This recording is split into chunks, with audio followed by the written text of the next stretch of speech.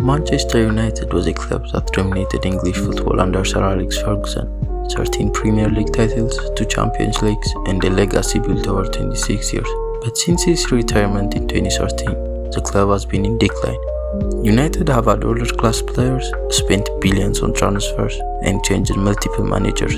Yet, in the last decade, they have won just 1 FA Cup, 1 Europa League, and 1 Carabao Cup. So, what went wrong?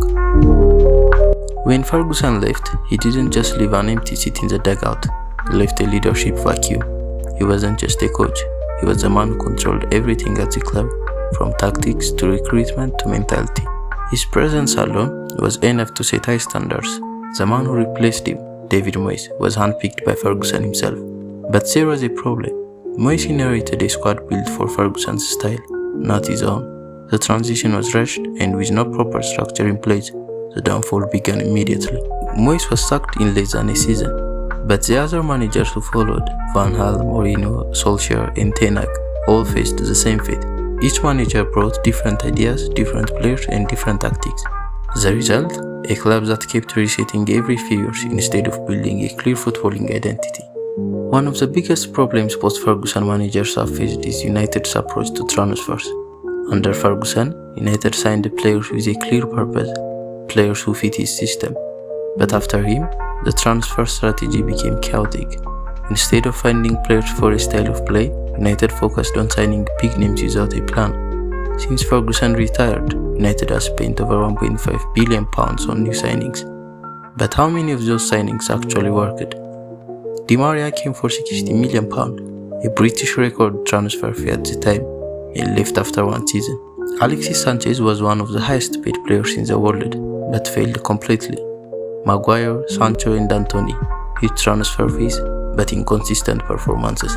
We can see the clubs that have dominated football in the last decade: Manchester City, Liverpool, Bayern Munich, and others. Every signing they make fits into a well-planned system. Pep Guardiola and Jurgen Klopp buy the right players for their systems.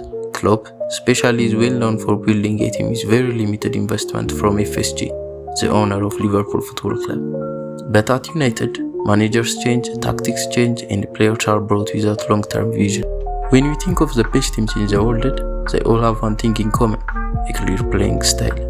Guardiola has built a clear philosophy of possession-based football. Klopp has also established a fast, high-pressing style. Both have stayed at their clubs for around 10 years. With this stability, Manchester City has won 6 Premier League titles, and Liverpool has won the Champions League and the Premier League. On the other hand, United have been changing managers every 2 to 3 years, meaning there's never been enough time for a proper project to develop. Every manager brought a different footballing philosophy. Louis van Gaal focused on slow, possession-based football. We know him from his time at Barcelona, where he played a key role in tiki-taka. Mourinho played defensive counter-attacking football. Solskjaer relied on quick transitions and counter-attacks. And Ten Hag was trying to implement a high-pressing, possession-based system. With no consistency, the squad never adapted properly. Players were bought for different systems, leading to a squad full of mismatched styles. There's also another major difference between Ferguson's United and today's United: the mentality. During Ferguson's era, players were mentally strong: Keane, Scholes, Giggs, Ferdinand. These were leaders who demanded the highest standards every game.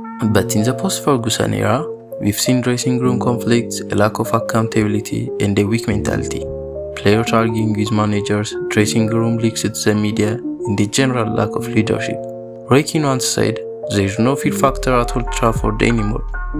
Opponents used to be scared of playing at Old Trafford.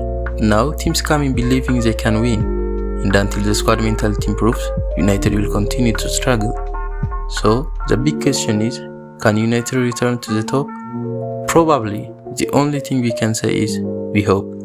We've seen glimpses of success many times, but we haven't seen any tangible changes. The problems go deeper than just managers: the ownership, the recruitment strategy, the mentality shift, and others. But what we know is, this is a club that should be competing for Premier League titles and Champions League trophies. But instead, they're now fighting just to stay in the top 4. Thank you. If you like the video, you can hugely support me by just hitting the subscribe button.